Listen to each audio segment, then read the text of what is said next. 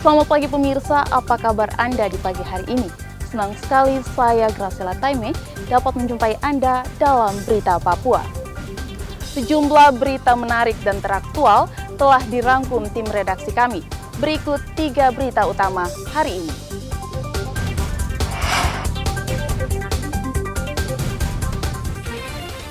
Warga Teluk Bintuni menyerahkan 1 senjata api rakitan beserta peluru ke polisi.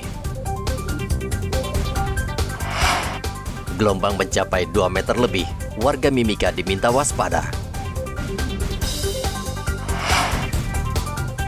Polda Papua Barat sita 26 kendaraan yang diduga menyalahgunakan BBM bersubsidi.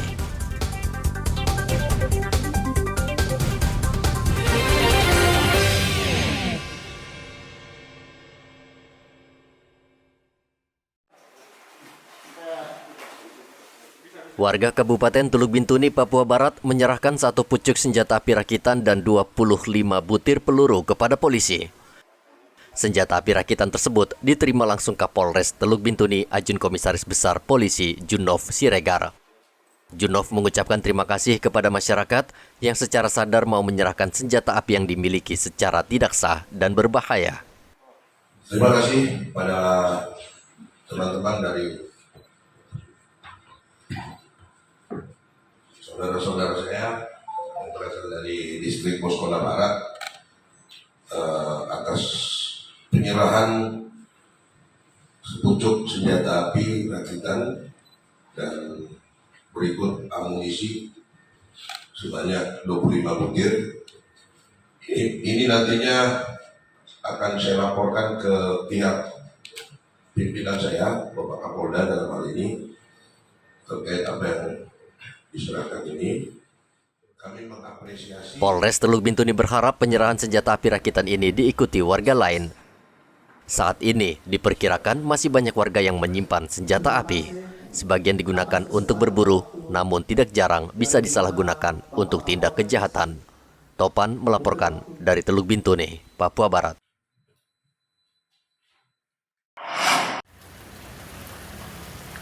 Badan Meteorologi, Klimatologi, dan Geofisika mencatat dalam beberapa bulan ini curah hujan di wilayah Timika cukup tinggi. Hal tersebut disebabkan Timika saat ini sudah masuk dalam musim penghujan. Selain curah hujan yang tinggi, BMKG juga memprediksi akan terjadi gelombang laut yang besar mencapai 2 meter lebih akibat kecepatan angin yang tinggi. BMKG mencatat kecepatan angin di Timika berkisar antara 10 hingga 20 knot. BMKG menghimbau warga agar selalu waspada saat beraktivitas di lautan, khususnya di perairan Mimika. Musim monsun timur ya. Jadi bukan cuma di Timika tapi di Ambon juga. Nah, jadi kalau bicara kondisi cuaca di Mimika, dia sebenarnya lebih cenderung ke kondisi lokal. Ya, jadi teritorial Timika ini atau Mimika ini yang sebelah selatannya laut, sebelah utaranya gunung. Jadi itu yang cenderung mempengaruhi kondisi cuaca di Mimika sini. Nah, kalau kita bicara monsun timur ini, nanti puncak hujan di masuk Juli ini, Juli pertengahan masuk musim puncak hujan. Nanti pas masuk Agustus awal sampai pertengahan itu mulai mereda. Ya, jadi mulai mereda, istilahnya peluruhannya lah sudah selesai, hampir selesai masuk musim hujannya. Kalau gelombang laut sendiri tentunya cukup signifikan ya, cukup signifikan untuk kayak kapal-kapal kecil. Gelombangnya capai berapa meter? Kalau hari ini tadi dari Balai 5 kita dapat gelombangnya itu 1,25 sampai 2,50. Nah, kalau itu kan cukup signifikan buat perahu-perahu kecil, ya, cukup signifikan. Kondisi cuaca di Kabupaten Mimika saat ini terus-menerus diguyur hujan deras. Warga dihimbau waspada karena bencana bisa terjadi sewaktu-waktu. Dari Mimika, Papua, Igobat Momolin melaporkan.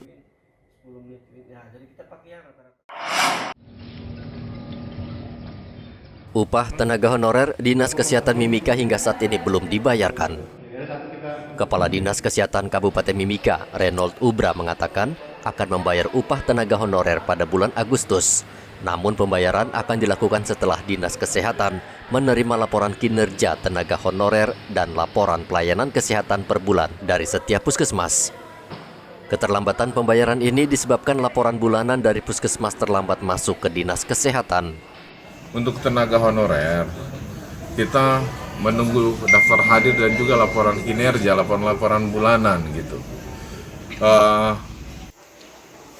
Untuk pembayaran, kalau misalnya dari pihak puskesmas telah melaporkan secara tepat waktu setiap akhir bulan atau paling lambat tanggal 5 bulan berikutnya, maka bisa kami proses, karena prosesnya tidak bisa terpisah, prosesnya harus kolektif. Jadi kalau satu terlambat, maka semuanya juga akan terlambat.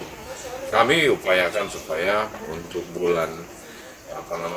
bulan Juli ini itu bisa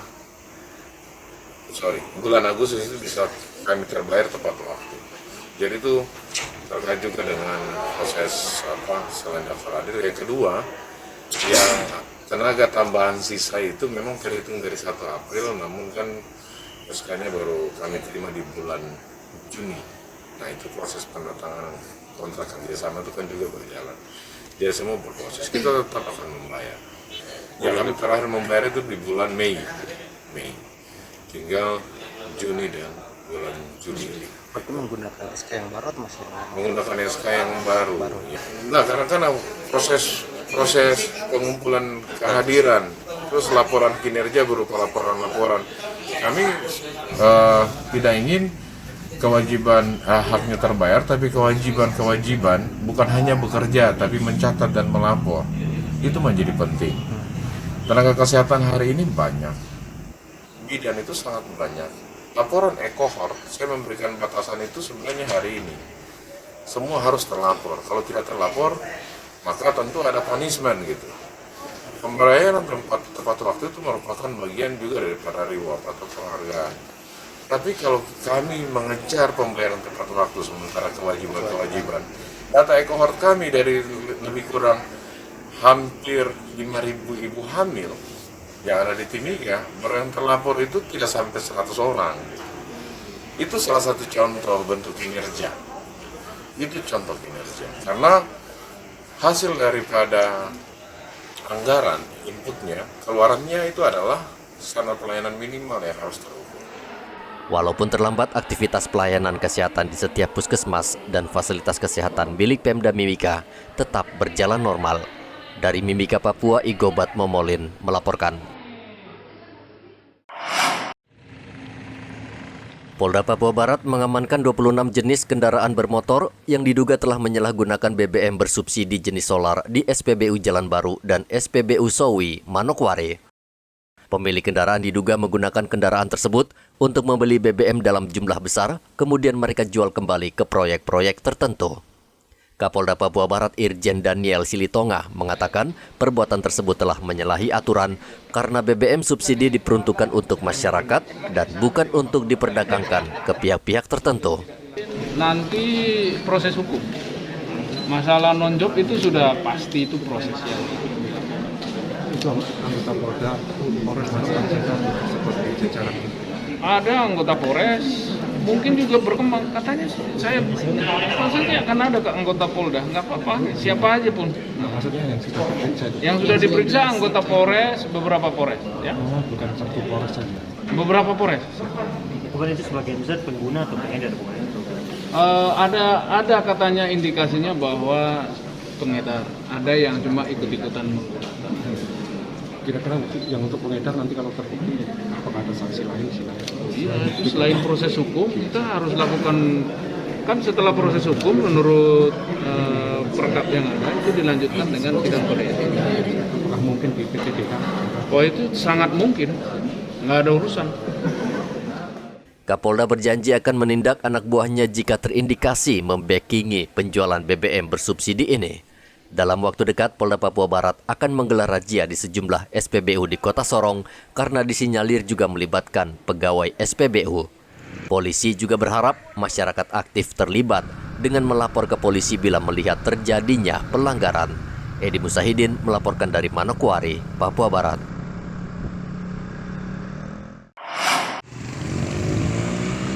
Antrian truk dan mobil berjajar di sepanjang jalan untuk mendapatkan BBM di 2 SPBU di Merauke, yaitu SPBU Para Komando dan SPBU Ahmad Yani, Merauke. Antrian kendaraan ini memperlihatkan masalah kelangkaan BBM di Merauke belum berakhir. Pertamina selaku lembaga yang bertanggung jawab seolah kewalahan untuk menangani persoalan kelangkaan BBM ini. Kepolisian setempat terus memantau dan mengawasi distribusi BBM di Merauke dengan melibatkan pihak terkait. BBM bersubsidi, kemarin saya sudah bertemu sebenarnya dengan Pertamina. Jadi semuanya ini tidak bisa diserahkan kepada Polri. Ya, karena saya katakan seperti ini kepada Pertamina. Ada contohnya seperti ini. Pak, siapa kemarinnya dari staf Pertamina? Saya lupa. Pak Anwar. Yang orang yang kecil ya gitu ya. Saya sampaikan, Pak, dia sampaikan ke saya, Pak Kapolres, saya minta tolong dibantu untuk penertiban ecer-eceran ini banyak. Boleh saya bantu. Tapi ingat, kesempatan dan peluang itu jangan diberikan kepada masyarakat. Contohnya, yang di SPBU itu pegawai-pegawai yang mengisi BBM, baik itu solar ataupun Pertamax ataupun Pertalite atau apalagi dan segala macam, itu punya komitmen. Satu, tidak memberikan berlebihan. Ada standar khususnya mungkin yang bersubsidi untuk masyarakat. Mungkin kendaraan roda 2 diperuntukkan cuma 30 liter. Ya, ketentuannya. Ya 30 liter dia isi. Mobil 60 liter. 60 liter dia isi roda 2 dan roda 4. Roda 4 dan roda 6. 60 liter dia isi. Jangan nanti ada yang bawa jergen berulang-ulang dari pagi sampai siang, itu tetap diisi. Itu oknum daripada rekan-rekan yang pegawai SPBU. Nah, harapan saya Pertamina koordinasi dengan pemilik SPBU juga, punya komitmen juga. Ya, seperti itu. Jangan sampai Polri diberikan penegak dikedepankan hal seperti ini, tidak. Pemilik siapa yang menyediakan BBM itu? Ya, harusnya begitu. Jadi ada kerjasama. Ya, kemudian mungkin ada pemerintah terkait bisa memberikan penyuluhan, baik itu mengenai humasnya maupun juga mungkin dari beberapa tata kota apa segala macam mungkin ya, untuk menertibkan hal-hal seperti itu. Polisi akan menindak tegas bila ada pihak yang memanfaatkan situasi dengan menimbun BBM dan memperjualbelikan secara tidak sah. Muhammad Ridwan melaporkan dari Merauke, Papua.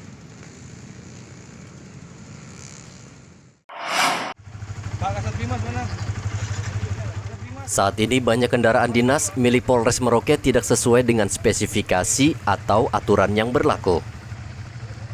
Kapolres Merauke AKBP Sandi Sultan Senin kemarin mengecek langsung seluruh kendaraan dinas milik Polres Merauke, baik roda 2 maupun roda 4. Menurut Kapolres, hampir semua kendaraan tidak dilengkapi peralatan penunjang seperti kaca spion, lampu sen, dan lain sebagainya.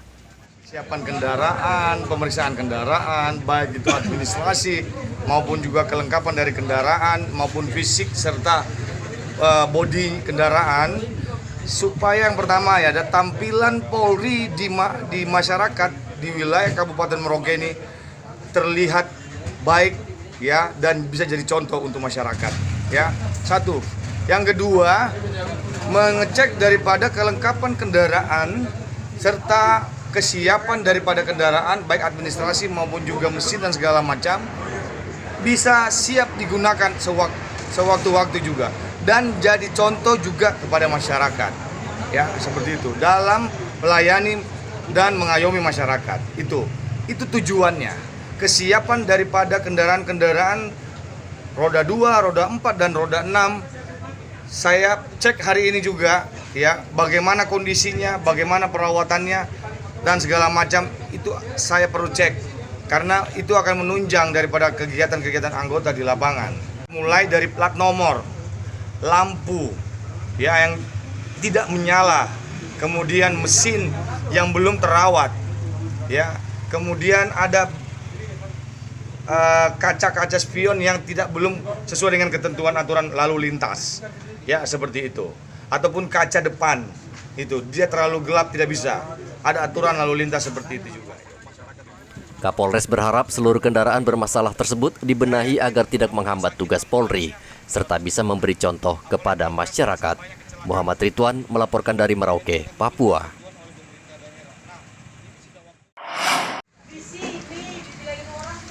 Warga yang mendatangi sejumlah klinik di Merauke untuk divaksin terpaksa menelan kekecewaan karena stok vaksin kosong. Salah satunya di klinik Pratama Merauke. Banyak warga kecewa tidak disuntik vaksin padahal persyaratan perjalanan udara saat ini mewajibkan calon penumpang divaksin booster. Tadi mau rencana vaksin keberapa? Ketiga ya? Iya. Terus sudah cek? Sudah cek? Ya, kenapa katanya? Untuk mengenai pengecekannya ternyata dikatakan bahwa vaksinnya sudah habis. Vaksin habis. Ya. Jadi kita harus berpindah tempat lain. Oh gitu. Ini vaksin ketiga ya? Iya, ini vaksin ketiga. Rencananya mau digunakan untuk apa? Penerbangan? Mau ya penerbangan keluar. Oh, mau keluar ya? Iya. Mau vaksin? Iya, mau vaksin. Terus gimana? Sudah tanya? Belum ini, baru mau. Terus tadi sudah cek sini vaksinnya kenapa katanya? Habis? Habis ya? Ke sini dalam rangka mau apa ini Bu? Vaksin? Iya. Vaksin keberapa? Antar bapak sih ketiga sih. Oh ketiga. Terus kenapa katanya nggak ada vaksin? Nggak divaksin hari ini? Dari dinas katanya obatnya habis. Oh vaksinnya habis ya? Habis. Nah rencana kapan lagi mau ke sini balik? Pokoknya tadi dari hari Senin sih. Oh hari Senin ya? Dinas Kesehatan Merauke memastikan vaksin akan dikirim dalam waktu dekat adalah jenis Moderna dan AstraZeneca. Baru kita mintakan juga AstraZeneca dengan Moderna. Pfizer-nya juga habis di provinsi. Rencananya kapan Dok baru dapat disuplai kembali ke Merauke ini? Kita sudah mintakan dari kemarin, 2 hari lalu. Iya. Mudah-mudahan dalam waktu dekat. Ya. Rencananya berapa banyak datang Dok untuk vaksin ini? Kita mintakan kemarin itu Astra itu mungkin sekitar 220 vial dengan Moderna 20 vial. Beda 40 ya Dok? Dengan Sinovac. Ya. Dok, untuk kebutuhan vaksin sendiri, ini kan seiring dengan pemberlakuan booster untuk pelaku perjalanan kan meningkat Dok. Kira-kira apa antisipasinya seperti itu kan semakin meningkat Dok? Nah apa, kita mintakan sesuai dengan kebutuhan di lapangan. Kan begitu. Karena kita juga tidak bisa mintakan sembarangan. Maksudnya begini, kita mintakan, tetapi kalau expire ininya pendek, daripada nanti dia kadaluarsa dan dibuang percuma. Sehingga kita mintakan, ya kalau expire-nya panjang mungkin kita mintakan bisa lebih banyak. Tapi kalau expire-nya juga pendek, kita mintakan juga sesuai dengan kondisi di lapangan. Ya. Kira-kira dalam minggu ini sudah bisa ada ya Dok ya vaksinnya? Iya, nanti kita koordinasikan ke provinsi supaya bisa. Vaksinasi terus digencarkan Dinkes Merauke. Capaian vaksinasi booster baru mencapai 20% dari target 100.000 warga. Muhammad Ridwan melaporkan dari Merauke, Papua.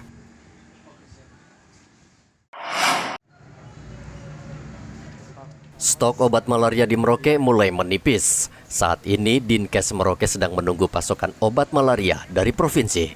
Kadinkes Merauke Dr. Neville Muskita mengatakan Dinas Kesehatan menunggu pasokan obat malaria dari Jayapura, namun kondisi obat malaria di provinsi juga menipis. Itu kita juga dapat ini dari provinsi. Karena di informasi di provinsi juga ada stok yang berkurang. Itu program itu obat program nasional. Jadi itu tidak kita beli. Jadi kita cuma mintakan sesuai dengan kebutuhan di lapangan. Tapi kira-kira untuk Merauke sendiri gimana untuk ketersediaannya cukup apa gimana Dok? Untuk antisipasi lonjakan malaria ini? Saya pikir kan antisipasi lonjakan malaria bagaimana? Ya, maksudnya kan kita punya data epidemiologis yang selalu termonitor. Kalau ada kenaikan atau tidak itu bisa kita monitor. Ya, karena laporan dari setiap vaskes kan pasti ke kita. Rencana untuk pengiriman obatnya ke dari provinsi kapan Dok artinya datang di Merauke ini? Saya kira secepatnya. Secepatnya. Ya, secepatnya. Kira-kira berapa banyak itu Dok yang akan dikirim nantinya? Saya belum tahu persis, ya, karena saya harus mendapatkan laporan dari bidang terkait dengan permintaan yang diajukan. Meski stok obat nyaris kosong, Pemda menghimbau warga yang sakit malaria tetap datang ke vaskes terdekat. Muhammad Ridwan melaporkan dari Merauke, Papua.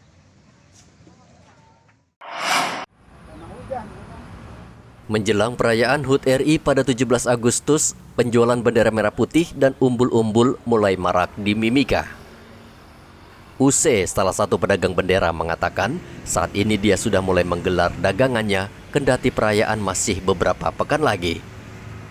UC dan pedagang bendera lainnya hampir setiap tahun menjual bendera. Pekerjaan ini sudah ia tekuni sejak tahun 2012.